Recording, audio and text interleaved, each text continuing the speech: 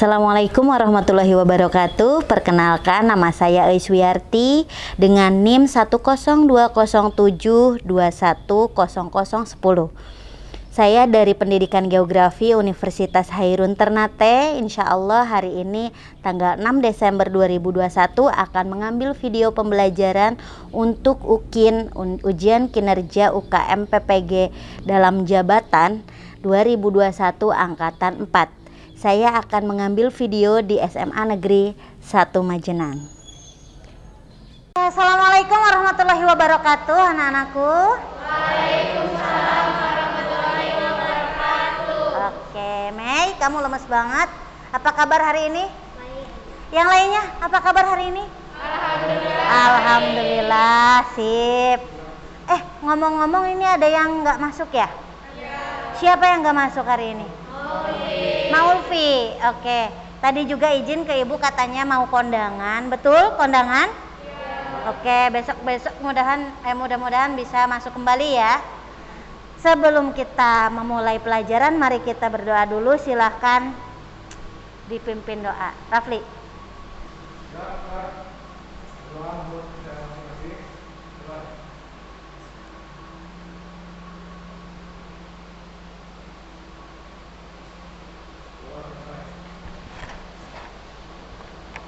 Nah, sepertinya kalian sudah mau mulai siap-siap mau belajar apa? Sudah siap? Sudah. Sudah dibaca bahan ajarnya? Sudah. Sudah dilihat videonya? Sudah. Alhamdulillah, berarti kalian sudah siap banget ya. Meskipun lagi hujan-hujan kayak gini masih semangat? Masih. Belajar apa ya kita hari ini ya? Geografi ku suka, Indonesia ku cinta. Oke, masih semangat banget. Terima kasih loh. Jangan lupa kalian sebagai generasi bangsa meskipun hujan-hujan masih semangat belajarnya, saya acungi jempol, begitu ya. Kita mau belajar apa? Kita tonton dulu setelah ini ya. Silahkan disimak di layarnya.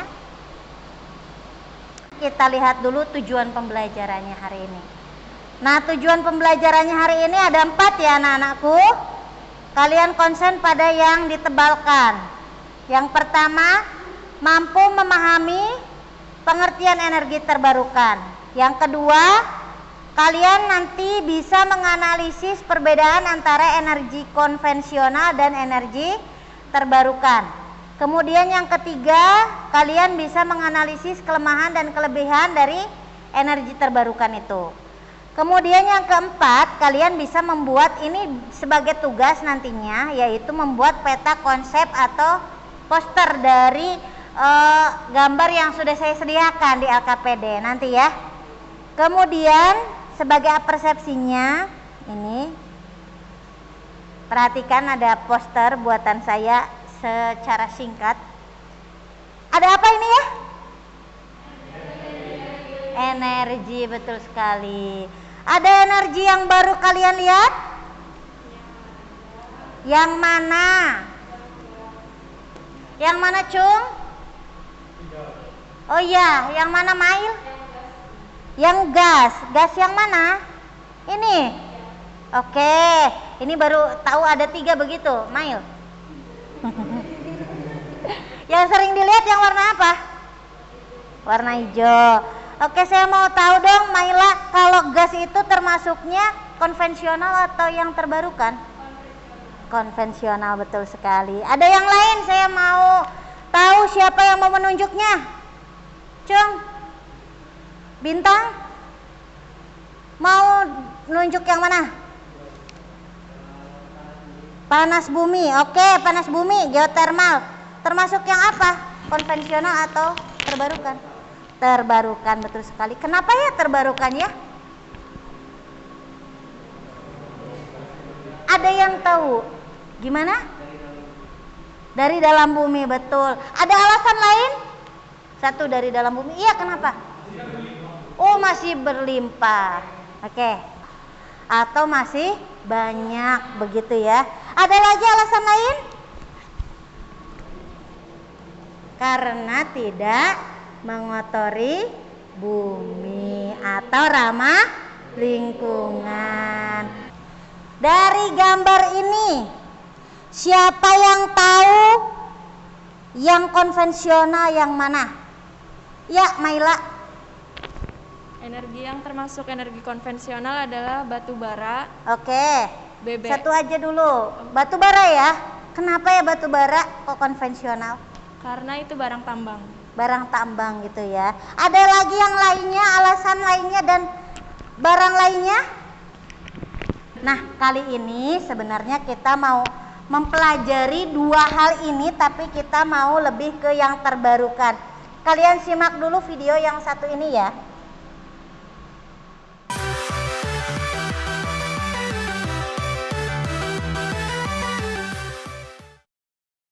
Halo semuanya, kembali lagi dengan saya di sini. Nah, di video kali ini kita akan mengulas tentang 8 sumber energi terbarukan di Indonesia nih guys. Tahukah kalian apa yang dimaksud dengan energi terbarukan itu? Jadi, energi terbarukan itu adalah sumber energi yang cepat dipulihkan kembali secara alami dan tidak akan habis bahkan berkelanjutan jika dikelola dengan baik. Nah, energi terbarukan juga sering disebut sebagai energi berkelanjutan atau sustainable energy. Indonesia merupakan salah satu negara dengan potensi energi terbarukan yang sangat melimpah dan layak dikembangkan untuk memenuhi kebutuhan energi di dalam negeri sendiri. Nah, keuntungan energi terbarukan adalah selain dapat dipulihkan kembali, energi terbarukan lebih ramah lingkungan karena mampu mengurangi pencemaran, aman dan terjangkau di masyarakat. Dan inilah 8 sumber energi terbarukan di Indonesia. Nomor 1, biofuel. Biofuel atau bahan bakar hayati adalah sumber energi terbarukan yang berupa bahan bakar baik padat, cair, dan gas yang dihasilkan dari bahan-bahan organik. Nah, sumber dari biofuel ini adalah tanaman yang memiliki kandungan gula sangat tinggi seperti sorghum dan tebu, dan juga tanaman yang memiliki kandungan minyak nabati sangat tinggi seperti jarak dan kelapa sawit. Nomor 2, biomasa. Biomasa adalah jenis energi terbarukan yang berasal dari organisme yang hidup ataupun belum lama mati. Sumber biomasa ini adalah bahan bakar kayu dan limbah. Nah, pembangkit listrik biomasa di Indonesia seperti PLTB M Pulubala di Gorontalo yang memanfaatkan tongkol jagung. Nomor 3, panas bumi. Energi panas bumi atau geotermal adalah sumber energi terbarukan yang berupa energi panas yang dihasilkan dan disimpan di dalam bumi. Nah, pembangkit listrik tenaga panas bumi atau PLTP yang dimiliki Indonesia antara lain PLTB Sibayak, PLTP Salak, PLTB Dieng, dan PLTP Lahendong. Nomor 4, air. Energi air adalah salah satu energi alternatif bahan bakar fosil yang paling umum. Dengan cara memanfaatkan energi potensial dan energi kinetik yang dimiliki oleh air. Nah, di Indonesia terdapat puluhan PLTA, antara lain PLTA Singkarak, PLTA Gajah Mungkur, PLTA Karangkates, dan masih banyak lagi yang lainnya. Nomor 5, angin. Energi angin atau bisa juga disebut sebagai energi bayu adalah sumber energi terbarukan yang dihasilkan oleh angin. Kincir angin dapat digunakan untuk menangkap energi angin dan dapat diubah menjadi energi kinetik atau listrik. Pemanfaatan energi angin menjadi listrik di Indonesia telah dilakukan pada pembangkit listrik tenaga bayu Samas di Bantul, Yogyakarta. Nomor 6, matahari. Energi matahari atau energi surya adalah energi terbarukan yang bersumber dari radiasi dan panas yang dipancarkan matahari. Nah, sudah ada beberapa pembangkit listrik tenaga surya yang terdapat di Indonesia, antara lain PLTS Karangasem, PLTS Solor Barat, dan PLTS Nule. Nomor 7, gelombang laut. Energi gelombang laut atau energi ombak adalah salah satu energi terbarukan yang bersumber dari tekanan naik turunnya gelombang laut. Nah, Indonesia sebagai negara maritim berpotensi tinggi untuk memanfaatkan sumber energi dari gelombang laut ini. Namun sayangnya sumber energi alternatif ini masih dalam tahap pengembangan. Nomor 8, pasang surut. Energi pasang surut air laut adalah energi terbarukan yang bersumber dari proses pasang surutnya air laut. Seperti energi gelombang laut, Indonesia juga memiliki potensi yang cukup tinggi dalam pemanfaatan energi pasang surut air laut ini. Tapi sayangnya, sumber energi ini belum termanfaatkan dengan baik. Nah, itulah tadi 8 sumber energi terbarukan di Indonesia. Semoga video ini bermanfaat dan menambah wawasan. Nah, itu tadi videonya. Sudah makin paham? Semakin penasaran? Ya. Sekarang saya mau tanya, kenapa sih kita harus belajar ini? Ada yang tahu? Karena yang konvensional harus digantikan, betul sekali. Oleh apa? Betul, oleh energi terbarukan. Yuk, sambil saya jelaskan teknisnya seperti apa. Nanti saya akan bagikan LKPD, kalian akan diskusi. LKPD-nya seperti ini, ada 4 pertanyaan yang harus kalian jawab. Kemudian setelah itu nanti ada tanya jawab sembari dengan presentasi. Kemudian dilanjutkan, jangan lupa nanti ada kuis yang harus kalian jawab ya. Linknya sudah saya kirim di WA group. Begitu? Silahkan berkumpul dengan kelompoknya masing-masing.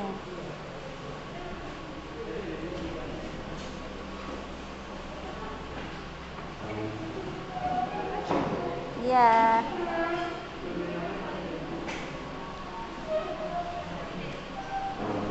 Ya. Nah, waktu kalian untuk berdiskusi adalah 15 menit. Silahkan diselesaikan strateginya seperti apa, mau dibagi-bagi pengerjaannya juga boleh. Nanti kalau ibu sudah ngasih tahu untuk presentasi, siap-siap untuk presentasi, begitu ya? Siap. Silahkan, selamat mengerjakan. Jangan lupa kalau ada yang ditanyakan langsung.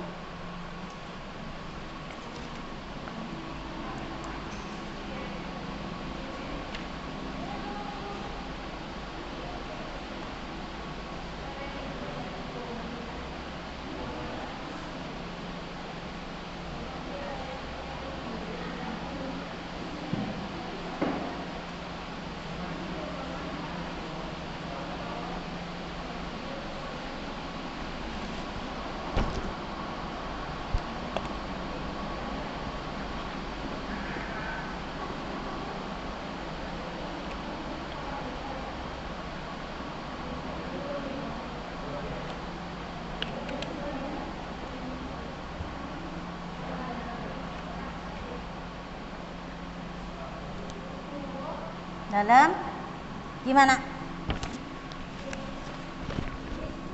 Ada yang mau ditanyakan? Ini dipegang, Neng.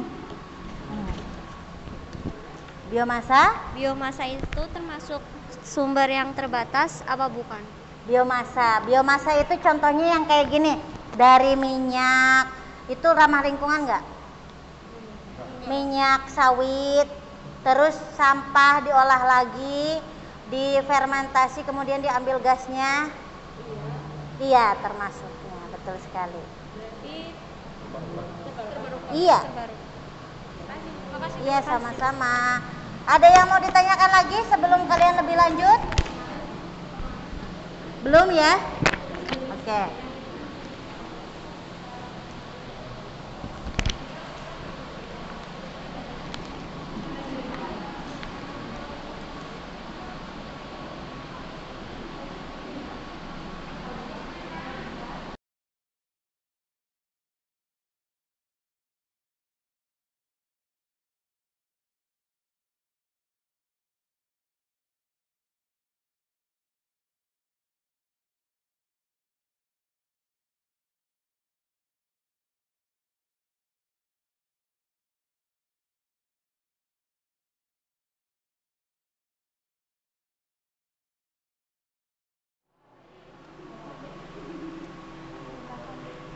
Oke.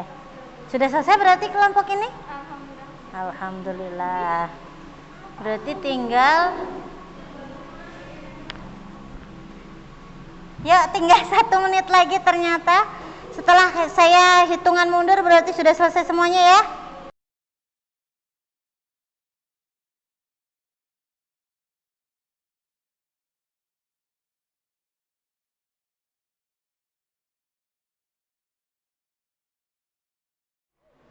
Saya foto dulu yang sudah selesai ya, biar nanti bisa ditampilkan di sini. Oke, sudah selesai waktunya. Saya hitung mundur hitungan 5, sudah siap semuanya ya. 1, 2, 3, 4, 5. Oke, semuanya sudah selesai mengerjakan LKPD ya. Ya. Silakan siap-siap. Habis ini kita mau ada presentasi. Kelompok lain silakan disimak. Siapkan pertanyaan berbobotnya. Oke ya. Oke. Silakan untuk kelompok 1. Siap-siap. Oh, mau kelompok 2 dulu? Kelompok 3? Oke, siap. Kelompok 3, kita sambut dulu kelompok 3.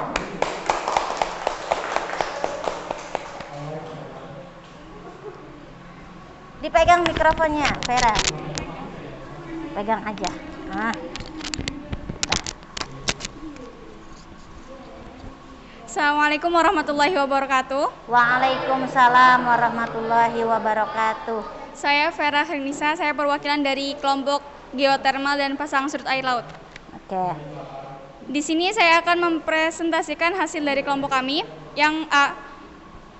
Pengertian energi terbarukan, yaitu energi terbarukan merupakan sumber energi yang berasal dari alam yang mampu dibuat secara bebas serta mampu diperbarui terus-menerus dan tak terbatas. Energi terbarukan mampu diciptakan dengan memanfaatkan perkembangan teknologi yang semakin canggih sehingga mampu menjadi sumber energi alternatif. Perbedaan antara energi konvensional dan energi terbarukan. Yang pertama, energi konvensional akan habis dan tidak dapat diperbarui dalam waktu singkat, sedangkan energi terbarukan tidak akan habis dan dapat diperbarui. Yang kedua, energi konvensional merupakan energi yang tidak ramah lingkungan karena akan menimbulkan polusi udara, air, dan tanah. Sedangkan energi terbarukan merupakan energi yang paling bersih dan ramah lingkungan karena tidak menimbulkan polusi udara, air, maupun tanah. Yang ketiga, dalam jangka panjang, energi konvensional lebih mahal dibandingkan energi terbarukan, walaupun energi terbarukan pemasangan awalnya masih cukup mahal. Oke.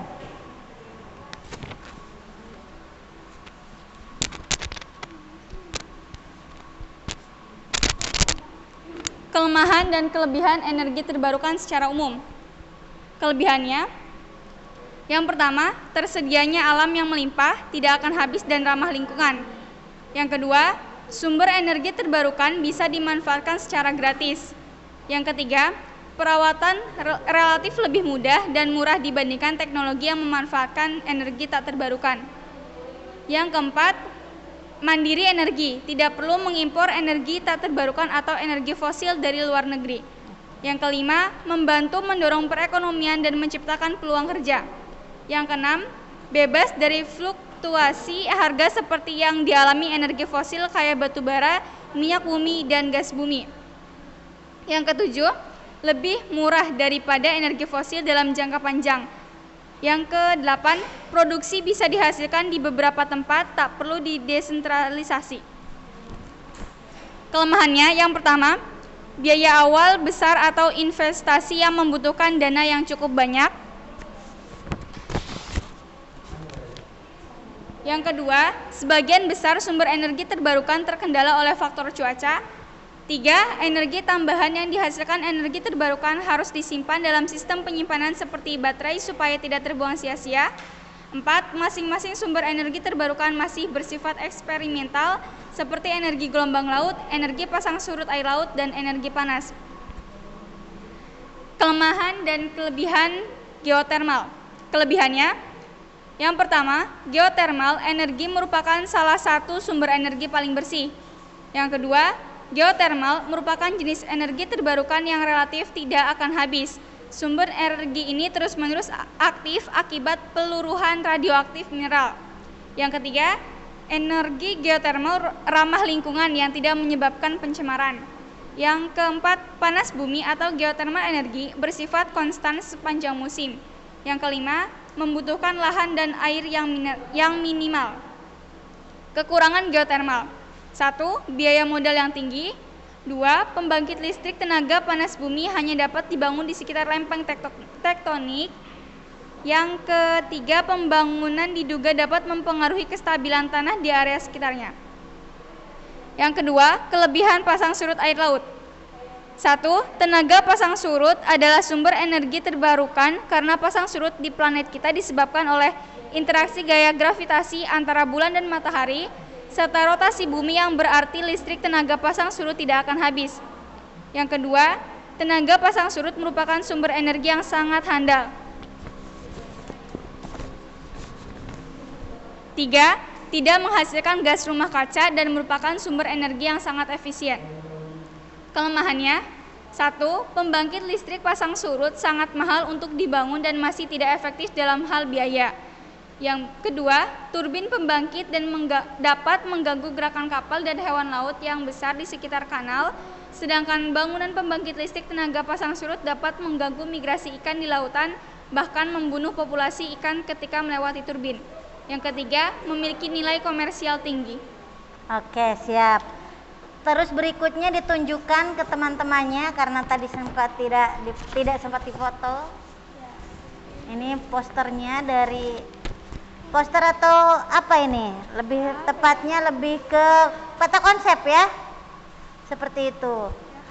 Ada yang perlu dikritisi? Sudah dilihat ya? Oke. Seperti itu. Terima kasih. Silahkan ditutup dulu. Jangan ditutup dulu. Vera ke sana dulu. Tepuk tangan untuk kelompok 3 geothermal. Silahkan siapa yang mau tanya duluan. Cung. Oke, kelompok 2. Dideketin mikrofonnya. Assalamualaikum warahmatullahi wabarakatuh. Waalaikumsalam warahmatullahi wabarakatuh. Nama saya Maila Nurjana, ingin bertanya kepada kelompok 3. Ya. Daerah mana saja yang sudah terdapat energi geotermal? Daerah mana saja yang sudah ada geotermal? Oke, daerah persebaran penerapannya ya. Berapa biaya yang diperlukan untuk mendapatkan energi geotermal? Oke. Pertanyaannya bagus ini. Belum ada? Oh, ada. Rifana, silakan. Apa yang menyebabkan pemasangan pipa di instalasi bawah tanah energi panas bumi yang menuju ke reservoir dibentuk berbelok? Saya Vera Hernisa dari kelompok 3 mau menjawab pertanyaan dari Eris terlebih dahulu. Oke. Harga pemasangannya itu sekitar 4 sampai 5 juta US dollar. 4 sampai 5 US dollar. 1 dolarnya berapa? Kamu konversi dikalikan 5 juta. Itu. Jadinya itu rupiah. Ya. Oke. Silakan pertanyaan yang selanjutnya. Ada 2 pertanyaan yang belum dijawab. Silakan. Ya, silakan Ranti. Daerah yang terdapat geotermal itu ada Sumatera, Jawa, dan Bali. Untuk yang paling maju itu ada di Sulawesi Utara. Oke, silakan untuk pertanyaan yang lainnya. Berarti yang belum terjawab adalah pertanyaannya Rifana.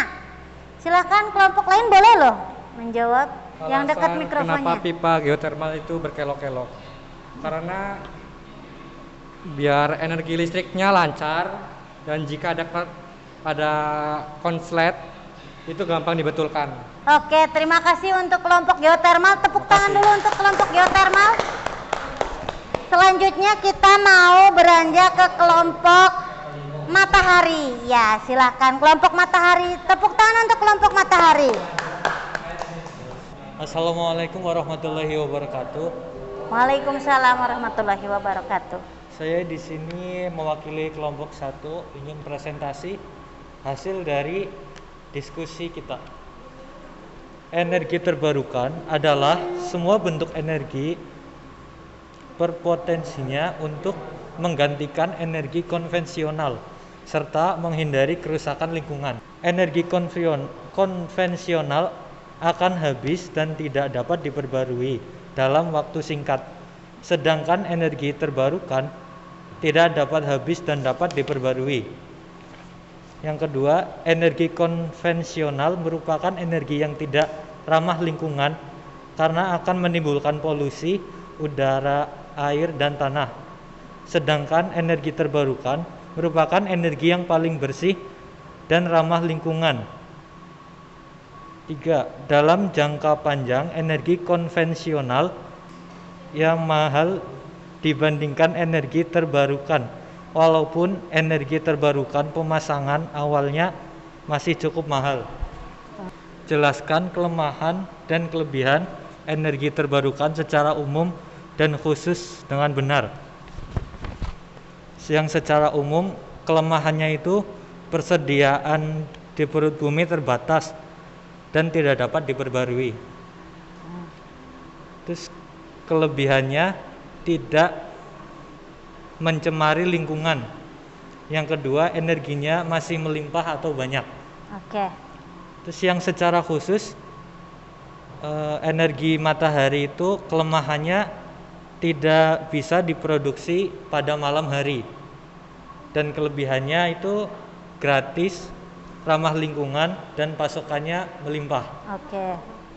Terus yang kedua, energi air. Kelemah itu membutuhkan banyak ruang sehingga habitat satwa liar di sekitar berkurang.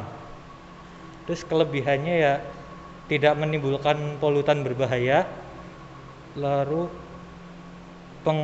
bisa untuk mengendali banjir dan pengatur irigasi.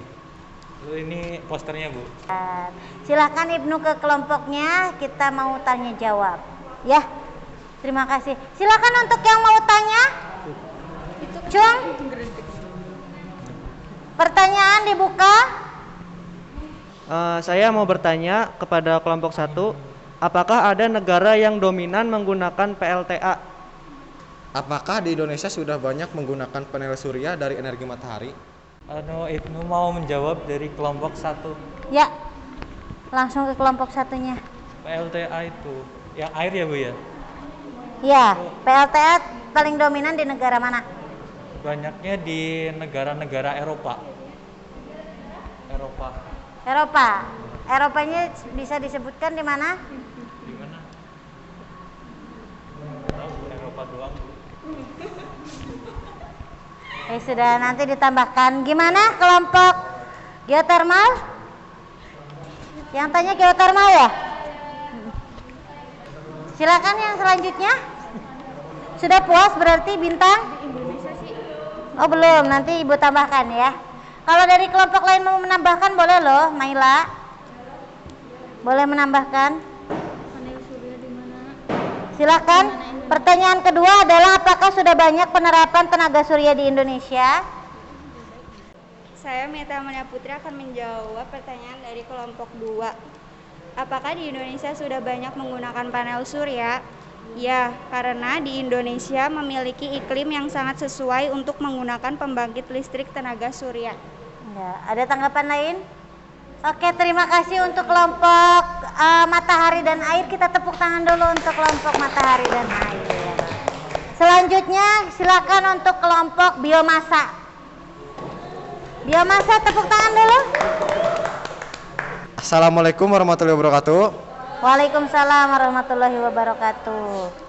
Saya Rafli Wibowo dari kelompok 2 angin dan biomasa ingin mempresentasikan hasil diskusi kelompok kami. Energi terbarukan adalah energi yang berasal dari proses yang berkelanjutan seperti tenaga surya, tenaga angin, arus air, proses biologi, dan panas bumi. Perbedaan antara energi konvensional dan energi terbarukan antara lain, energi konvensional akan habis dan tidak dapat diperbarui dalam waktu singkat, sedangkan energi terbarukan tidak akan habis dan dapat diperbarui.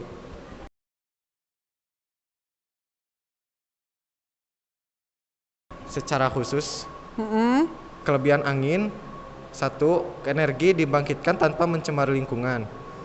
Yang kedua, energi angin memanfaatkan sumber energi alami. Yang ketiga, energi angin dapat menyediakan suplai listrik. Kekurangan, Satu, kurang dapat diandalkan untuk terus-menerus dan tidak mudah diprediksi. Dua, dibutuhkan area yang luas untuk mengembangkan pusat pembangkit listrik. Mind mapping kelompok kami. Oke, silakan kembali dulu ke kelompoknya untuk berdiskusi, dan yang mau tanya silakan. Siapa dulu? Oke, banyak sekali nih. Dari Rifana dulu, oke. Sebentar ya, Fe. Siap-siap menulis. Bagaimana pemanfaatan energi biomasa di Indonesia?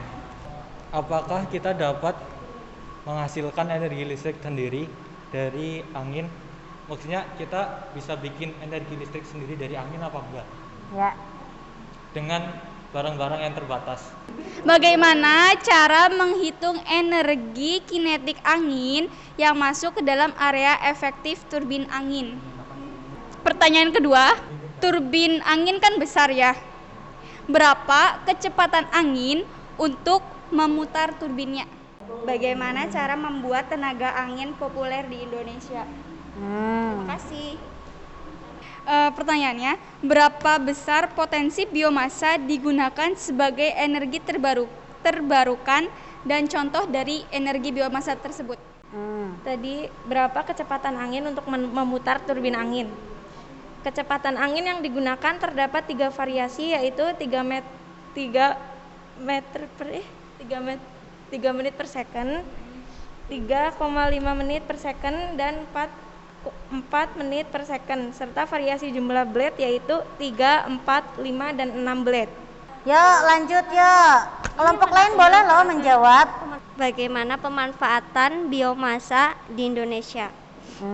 Dalam pemanfaatannya, biomasa dapat diolah menjadi listrik atau dapat juga dipakai sebagai bahan bakar, baik langsung seperti briket atau pelet biomasa, atau diubah menjadi bahan bakar cair seperti biodiesel, bioetanol, dan lain-lain. Kita bisa bikin energi listrik dari angin dengan cara buat turbin angin atau kincir angin. Biasanya kalau pakai bahan yang ada di rumah itu di sekitar, biasanya pakai kincir angin yang gampang ya. Biomasa memiliki potensi yang sangat besar dengan total penyediaan sebesar 60 juta ton, setara dengan 50 GW listrik. Contohnya seperti limbah gergajian dan limbah produksi. Ya. Yaitu dengan rumus energi kinetik 0,5 kali M kali V2 V kuadrat, di mana M sama dengan massa, V sama dengan kecepatan angin. Yaitu dengan cara dipublikasikan. Nah, dengan cara dipublikasikan. Pakai apa? Dengan sosmed atau Boleh. Dideketin. Dengan sosmed atau berita. Oke, dengan sosmed atau berita, begitu Mei? Begitu, ya? Bentuknya? Bentuknya bisa koran, bisa televisi. Ya kan poster digital. Atau poster digital. Terima kasih, tepuk tangan untuk kita semua. Gimana rasanya untuk kali ini? Puas. Oke. Meskipun tadi agak sedikit mengantuk-mengantuk begitu ya, karena suasana hujan dan di luar ternyata anginnya sepoi-sepoi masuk ke dalam. Oke anak-anakku, terima kasih atas kehebatan kalian. Ada beberapa hal yang perlu diluruskan di sini. Untuk yang pertama, saya geli banget tadi dengar pertanyaan yang pertama itu adalah daerahnya di mana saja untuk geotermal gitu ya. Tadi Maila ya yang tanya ya. Tadi sudah disebutkan di mana saja? Sulawesi, Jawa sama Jawa ya, Bali ya. Padahal itu pokoknya yang dilalui, pokoknya yang ada gunung berapinya itu ada geotermal. Termasuk yang paling banyak dikembangkan sekarang adalah di Manggarai juga. Iya, Manggarai, tahu Manggarai, Nusa Tenggara Timur. Ya, betul sekali. Kalau Lombok, Nusa Tenggara Barat. Itu. Oh iya nih. Bagaimana pemanfaatan biomasa? Biomasa itu kayak gini nih. Pokoknya ada limbah misalnya sampah organik. Dia kan untuk membusuknya itu ada proses pembusukan. Boleh juga dibantu pakai supaya dipasang katalis jadi fermentasi, menghasilkan panas. Nah, panasnya itu yang ditampung. Nah, caranya gimana? Satu, bisa misalnya ada tong ini tertutup. Kalian boleh juga pakai panci presto supaya kedap udara. Ayo, jangan berdiskusi sendiri. Yang presto itu ditutup, terus di dalamnya itu ada yang namanya sampahnya. Kemudian kalau dia membusuk, panasnya itu disalurkan pakai, kalau kalian pernah lihat panci presto itu ada lubang udaranya. Disalurkan, dikumpulkan gasnya, atau langsung disalurkan pakai pipa ke kompor gas, bisa jadi itu langsung biomasa. Kemudian dalam satu sumur geotermal itu bisa ditampung atau bisa menyalurkan ke 4 gardu listrik. Kecepatan angin seberapapun diterima, paham? Cuman memang ada rumusnya, dan untuk mengetahuinya sebenarnya tidak harus pakai rumus pun, di alatnya sudah ada alat ukurnya. Begitu? Ada yang mau ditanyakan lagi? Kita simpulkan bareng-bareng ya. Apa sih kesimpulannya ya untuk pembelajaran kali ini ya? Cung, siapa yang mau menyimpulkan? Ya, silakan Rifana. Kesimpulannya apa? Kesimpulan dari pembelajaran ini, kita dapat memahami pengertian energi terbarukan, menganalisis perbedaan antara energi terbarukan dan konvensional, menganalisis kelemahan dan kelebihan energi terbarukan, dan kita dapat membuat poster atau konsep energi terbarukan. Oke, terima kasih. Siapa lagi yang mau menyimpulkan? Satu lagi, silakan. Ranti, silakan. Atau Vera, nggak apa-apa langsung. Kesimpulannya itu kita dapat memahami lebih dalam tentang macam-macam energi terbarukan seperti geotermal, biomasa, dan lain-lain sebagainya. Terus? Sudah. Itu. Terima kasih. Dari kelompok 2, ada yang mau menyimpulkan? Kita jadi dapat mengetahui mana yang termasuk energi terbarukan dan mana yang termasuk energi konvensional. Oke, terima kasih anak-anakku. Ibu tambahkan kesimpulannya, kalau kalian sudah kenal barang-barang energi atau energi terbarukan, maka sudah bisa lebih disiapkan untuk bisa menggantikan tenaga konvensional. Di mana tenaga konvensional sekarang persediaannya sudah semakin menipis. Terima kasih. Itu silakan kalian kerjakan dulu kuisnya dan dikumpulkan LKPD-nya. Silakan. Nggak apa-apa, ini nanti ada staplesnya. Ya.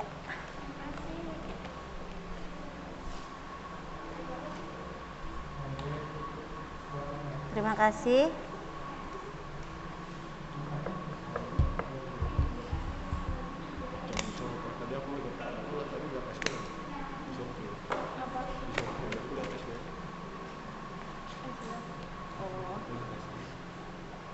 Ya, di sini sudah terlihat ada 2 orang lagi yang belum selesai mengerjakan.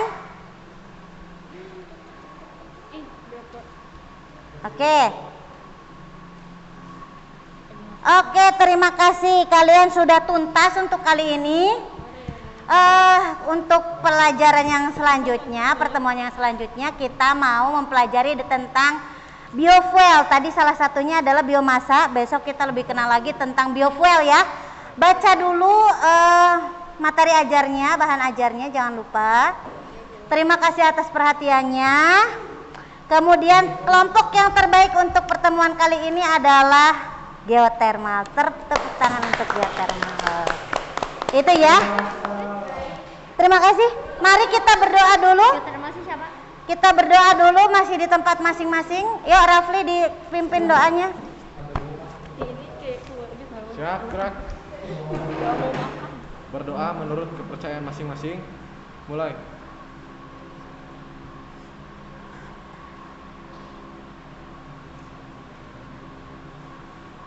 Berdoa selesai. Oke. Terima kasih, sampai jumpa di pertemuan yang akan datang. Wassalamualaikum warahmatullahi wabarakatuh. Waalaikumsalam.